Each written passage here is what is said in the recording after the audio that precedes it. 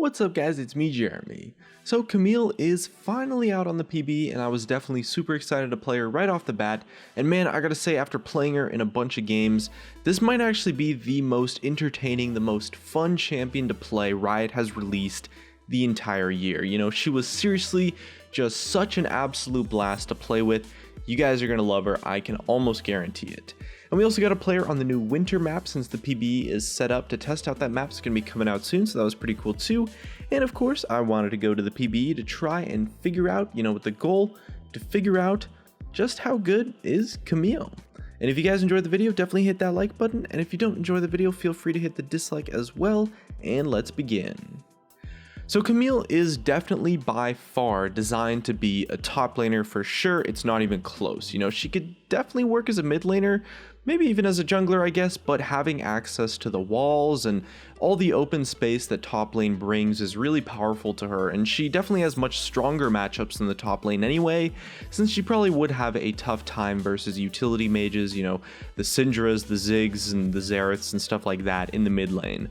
Although I definitely could see her working as actually like an anti-assassin counter pick in the mid lane, maybe like an Aurelia mid kind of does or something similar. She definitely does well against assassins. She really delivers on the overall style that she was intended to be designed with. Essentially she's kind of like this anti-assassin champion pretty much, or at least about as close as you could get to that sort of game plan. She's got a lot of bruiser tendencies and she's a great duelist, but she also does have a lot of assassin-esque capabilities that all come together quite nicely actually and make her feel super slick and just a total blast.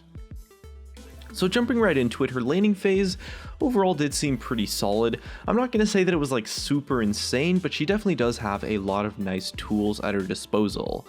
Her W gives some nice sustain in case you maybe lose out on trades, and her passive's really amazing for these short quick trades every now and then.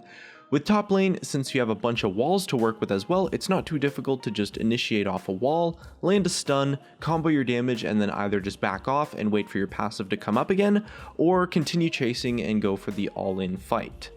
At first, she's not like super crazy in lane. She can definitely be vulnerable to harass potentially since her passive does have a fairly long cooldown, but definitely what really seals the deal for me in her laning phase is because of her ultimate, she actually kind of just snowballs like crazy. If she gets ahead in lane, she can just walk up, use her ultimate, and just get kills over and over and over again, really.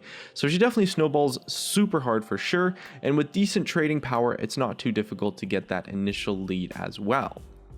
Now her teamfights are pretty interesting, since your ultimate causes all nearby opponents that are not the target of the ability to get knocked back. It's actually a pretty large distance of a knockback actually. They get knocked outside of the ultimate radius, which is actually kind of insane since it pretty much gives you the ability to just actually be able to just, straight up just jump in and try to burst down a target. So because of that knockback on her ultimate, it does give her some really nice initiation power, which is definitely a big advantage that she has over the more traditional assassin champions. Her ultimate also makes her a lot more reliable at locking down a target, which again is actually another pretty significant advantage over a more traditional assassin. She definitely does lack the burst damage and the one-shot power that a traditional assassin might bring to the table, but her utility definitely generally makes her a lot more useful in team fights since she can potentially fill the role of a true assassin, a bruiser, or even a frontline tank if necessary. And because of the added crowd control from her ultimate, it's going to put in a lot of work as well and gives her a nice dynamic playstyle. She's also great at cleaning up since her E chases people down really well, and overall her utility makes her shine really nicely in team fights for sure. She's definitely not as strong at split pushing or some of the more unconventional strategies compared to maybe a regular assassin. She does lack some wave clear, her burst isn't super amazing. It's more of like a decent amount of like sustained DPS over time in chunks kind of, with like Triforce procs mixed in and stuff, but she can definitely make a lot of plays happen in the mid and late game for sure. So next up, let's take an in-depth look at some of her abilities. Now, of course, you've probably already realized by now that I am going to assume that you already know what her abilities do, or at least that you have read the champion reveal that was released on LeagueofLegends.com, because I don't really want this to just be me talking about what her abilities do, more about like what you can do with her abilities. So starting with her passive, the really interesting thing about this ability is that the shield is dynamic based on the opponent. It gives a shield of AP or AD based on what the opponent actually is. And what type of shield you get, I believe, is calculated by the damage that the opponent has done throughout the game. So if the opponent's champion has dealt more magic damage in the game thus far, it gives her a magic damage shield. And if the opponent has dealt more physical damage throughout the game thus far, it gives her a physical damage shield. Now that dynamic makes the passive, it makes it so that it's always going to be really effective, and it makes it a much more reliable ability than it would appear to be on paper. So it actually pulls quite a bit of weight and definitely gives her some awesome dueling potential. Also, I gotta say, this passive is actually pretty crazy during the laning phase. It's definitely her #1 tool, her bread, her butter, and the toast for winning trades, and using the passive effectively is definitely going to allow you to dominate just a ton of matchups during the laning phase. Now, Recusing Ability that was a little bit tricky at first when I started playing her. It was kind of like finicky, I guess. It took me about maybe a game or two to get used to the delay on the 1.5 second activation to get that increased damage and partial true damage on the second proc. If you don't actually wait for that delay, the second proc of the Q is equivalent to the first proc, but when you do wait for the delay, the second proc of the ability does so much more damage. It's a really nice chunk of damage for sure. It's also an auto attack reset, so both procs are an auto attack reset actually. So this Q gives her a nice, decent amount of small, like bursty sort of combo if you use it to the maximum potential, because you can auto attack and then you reset the auto instantly by using the first proc of the Q, and then you can fit in one, usually two auto attacks actually, while you wait for the delay, and then you reset the auto again on the second proc of the Q with the true damage, and you can do all of that in about 2 seconds. So it gives her a pretty nice chunk of damage on a pretty short cooldown as well. And her Q is also probably the best ability to max first, I would say. It's definitely just, her main tool for dealing damage, and it procs Triforce super well, since the delay on the second proc to get that true damage is 1.5 seconds, which is the exact delay of the Sheen proc, the Triforce proc cooldown.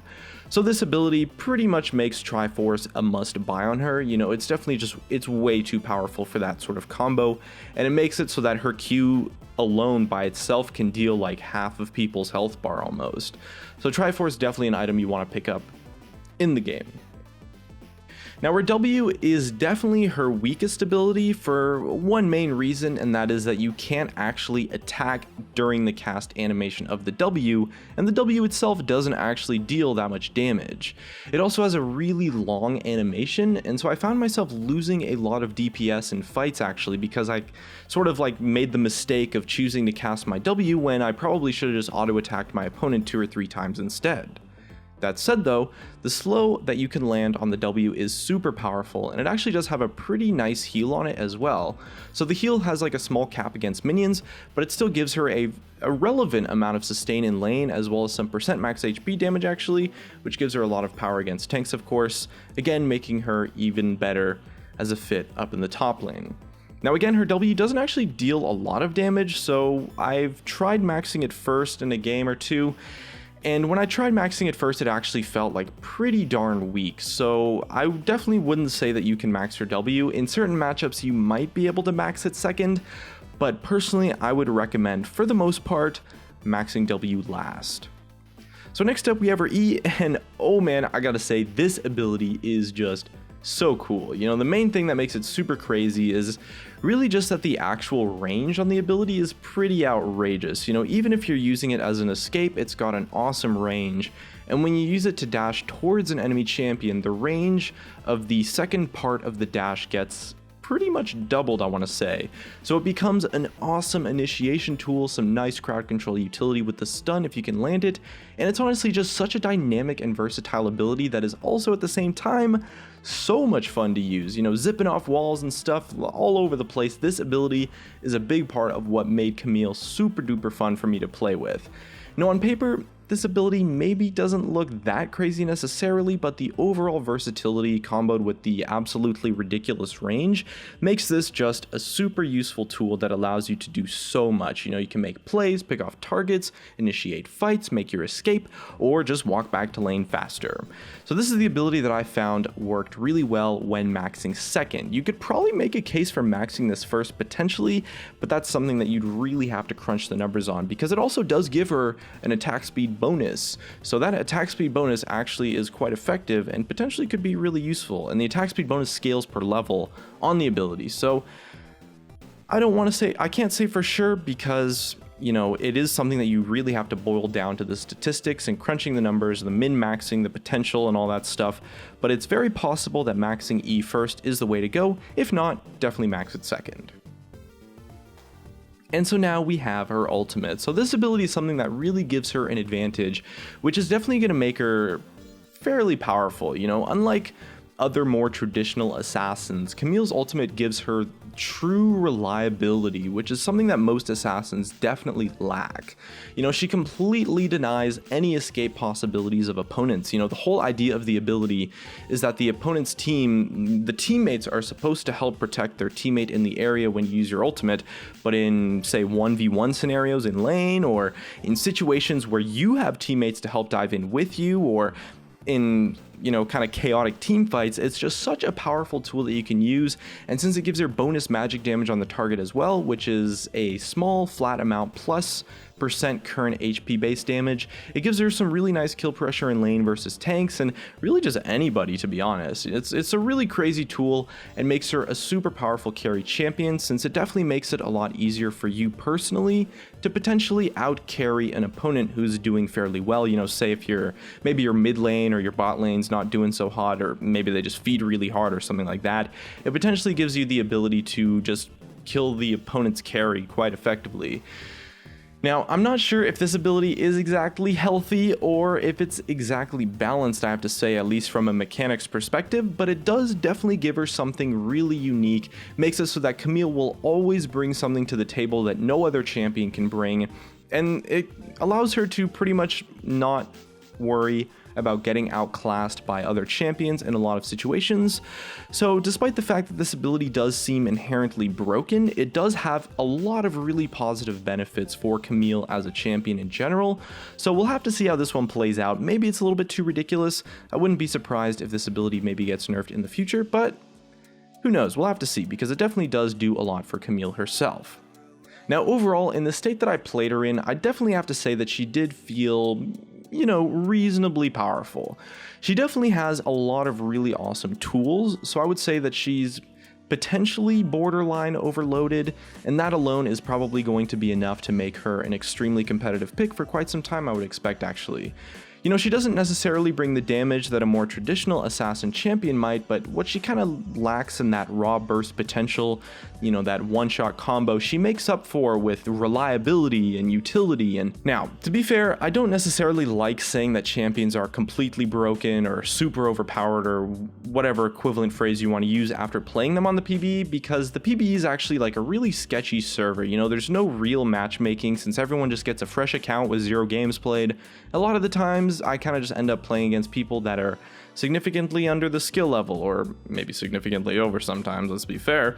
So maybe you totally stomp with the worst champion ever, or you get totally dumpstered with like the best champion ever. It's very inconsistent. It's really difficult to judge, but I will say that she plays really well. She's got a ton of tools at her disposal, and she brings a lot of significant advantages that cause her to outclass, or at least be a lot better than a lot of other champions in certain scenarios, potentially even other full-on assassin champions. And she definitely did not feel weak in my experience. Except for when I tried maxing W, actually. Yeah, do not max W first on her, it's not very good.